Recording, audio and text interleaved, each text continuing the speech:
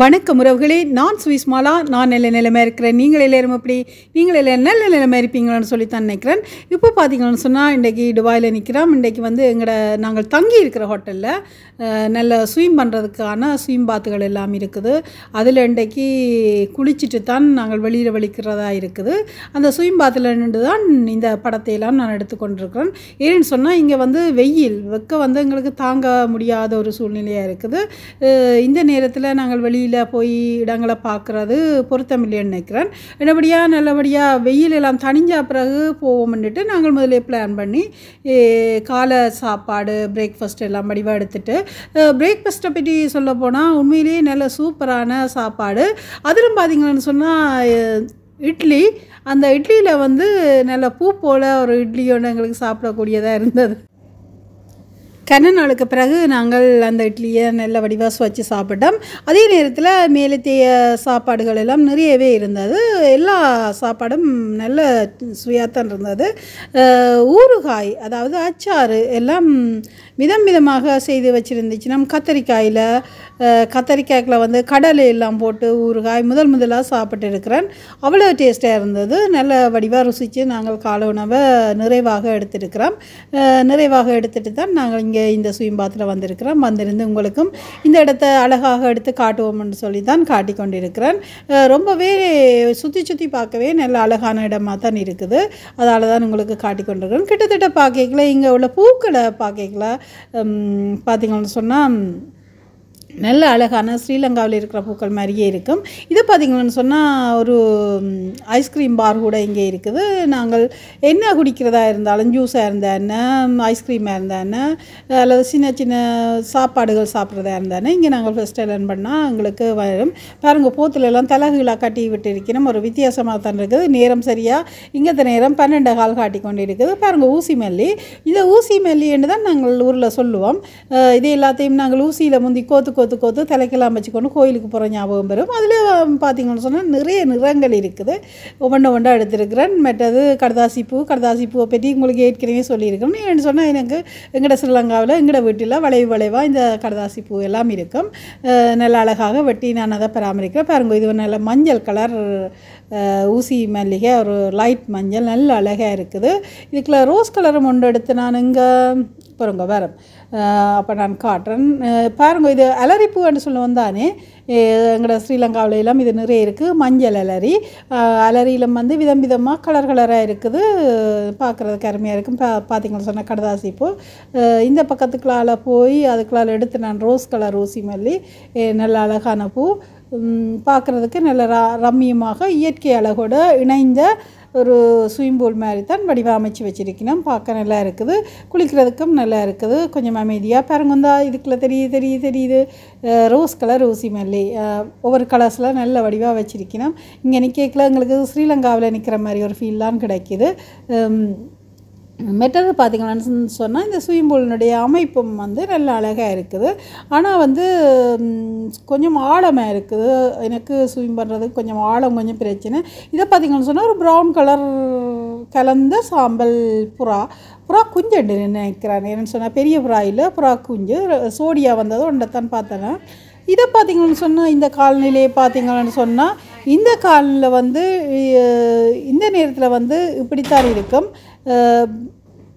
Okay, போவோம். இப்போ கீழே போய் உங்களுக்கு கொஞ்சம் இந்த ஹோட்டலில் இருக்கிற விஷயங்களை கொஞ்சம் விரிவாக காட்ட போகிறேன்.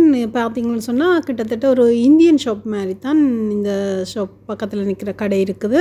அதில் துபாயில் பிரபல்யமான சின்ன சீலிகள், கொஞ்சம் உடுப்புகள் எல்லாம் இருக்குது. இதில் பார்த்திங்கன்னு சொன்னால், வடிவான ஒரு நூலால் ஆன ஒரு ஓவியம் என்று தான் நினைக்கிறேன். ரெண்டாக நூலாகத்தான் போட்டு தச்சு கிடக்குது. நூல் ஓவியம் தான். 2 முகம் தெரியுது பாருங்க. அதில் எந்த முகம் சேர்த்து 3 முகம்னு சொல்லலாம். ஆனால் அந்த ஓவியத்தில் 2, ஒரு ஆணுடையும் ஒரு பெண்ணுடையும் ஓவியம் நல்ல தத்ரூபமாக வடிவாக அதை செய்திருக்கணும். பார்க்க நல்ல அழகாக இருந்தது. இது அந்த ரிசப்ஷனில் இருக்கிற ஒரு பூ அலங்காரம். ஆனால் இது இயற்கை பூ. நல்ல அழகாக செய்து வச்சுருக்கணும். பாருங்கள், வரவேற்பு இடமே நல்லா சூப்பராக நல்ல அழகாக தான் இருக்குது. இது லிஃப்ட் உள்ள பகுதி. லிஃப்ட்டுக்கு நாங்கள் போகிற பகுதி. அதிலும் நல்ல வடிவாக அந்த கிளாஸுக்குள்ளே தண்ணி ஓடுற மாதிரி ஒரு அமைப்பு உங்களுக்கு நான் நேற்றும் காட்டியிருந்தேன் நான் ஒரு வீடியோவில். அதுதான் அதில் தெரியுது. ஈச்ச மரங்கள், பேரிச்சை மரங்கள் எல்லாம் தான் கூடுதலாக வச்சு டெக்கரேட் பண்ணியிருப்பேன் பாருங்கள். இந்த ஹோட்டலுக்குள்ளேயுமே அப்படித்தான் 2 பேரிச்சை மரம் வச்சு அழகாக எடுத்திருக்கிறேன். இது உங்களுக்கு அன்றைக்கு வடிவாக காட்டையிலையோ இனியோ தெரியல. அந்தபடியாக நான் திரும்ப இந்த கிளாஸ் அக்வாரியம் என்று சொல்லலாம்னு நினைக்கிறேன். ஒரு கிளாஸுக்களால் தண்ணி போகிற மாதிரி ஓவியமாக அந்த மீன்கள் எல்லாத்தையும் உள்ளுக்களால் பெயிண்ட் பண்ணி அதுக்களால் தண்ணி குமிழ்கள் போகிற மாதிரி நல்ல அழகாக செய்து வச்சிருக்கிறேன். நல்ல அழகாக இருக்குது. அதைத்தான் உங்களுக்கு நான் காட்டணும்னு சொல்லி திரும்பவும் எடுத்து காட்டினான். ஆனால் பார்க்குற பட்டி தொட்டி எல்லாம் இந்த துபாயில் எல்லாமே அழகாகத்தான் இருக்குது. கொளுத்துற வெயிலிலும் ஹோட்டல்கள் எல்லாம் சூப்பராக நல்ல அழகாக உள்ளுக்கு குழு குழு குழுண்டு வச்சிருக்கிறோம். நல்லா இருக்குது. நாங்கள் நிற்கிற இந்த ஹோட்டல் எங்களுக்கு ப்ரைஸுக்கும் அதாவது எங்களுடைய தங்குறதுக்கு ஏற்ற மாதிரி நாங்கள் தங்குறதுக்கு ஏற்ற மாதிரி ஓகேயாக இருக்குது. பாருங்க, நான் சொன்ன மாதிரி பார்க்குற இடமெல்லாம் நல்ல அழகாகத்தான் இருக்குது. பளிங்கு போல் இருக்குது. இந்த பூ வாசனைலாம் எனக்கு பிடிச்சிருக்கு.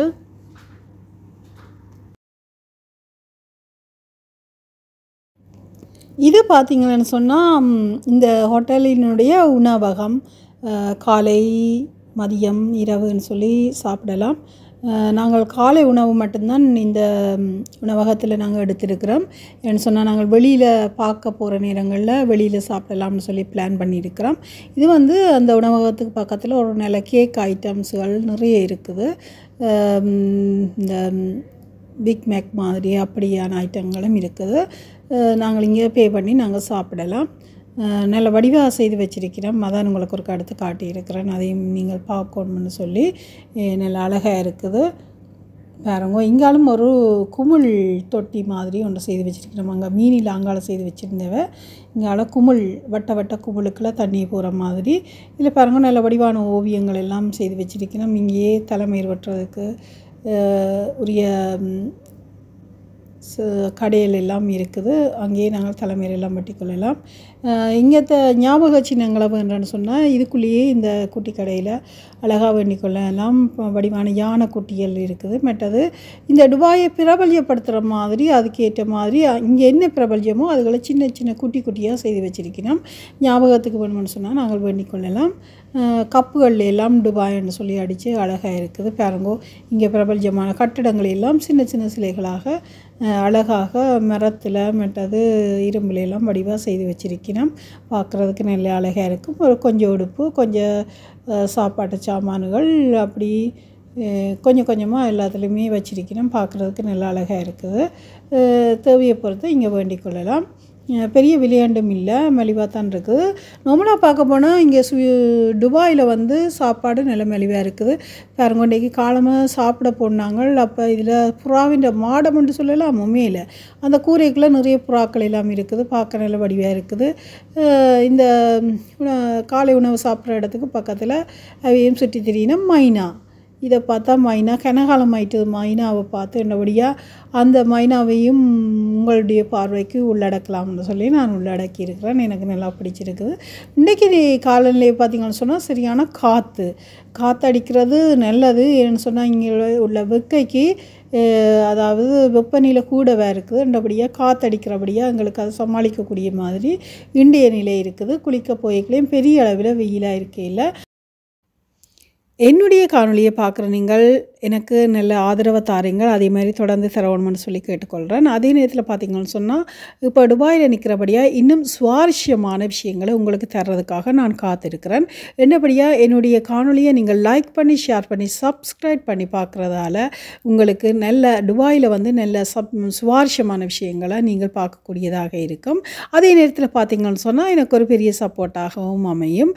இந்த காணொலியும் உங்களுக்கு பிடிச்சிருக்கும்னு நினைக்கிறேன். இந்த காணொலி இந்த ஹோட்டலை உள்ளடக்கினதாக நாங்கள் தங்கின அந்த ஹோட்டல் பகுதியைத்தான் உங்களுக்கு காட்டியிருக்கிறேன். இனி வெளிப்பகுதியில் நாங்கள் என்னென்னலாம் பார்த்தோம்னு சொல்லி உங்களுக்கு தர்றதுக்கு காத்திருக்கிறோம். என்னபடியாக இந்த காணொலி உங்களுக்கு பிடிச்சிருந்தால் லைக் பண்ணுங்க, ஷேர் பண்ணுங்க, சப்ஸ்கிரைப் பண்ணுங்க. பக்கத்தில் இருக்கிற பெல் பட்டனை நீங்கள் அழுத்தினா தான் நான் போடுற காணொலியெல்லாம் உங்களுக்கு முழுமையாக வந்தடையும். மீண்டும் ஒரு சுவாரஸ்யமான ஒரு நிகழ்வோட ஒரு காட்சியோடு சந்திக்கிறேன். நன்றி, வணக்கம்.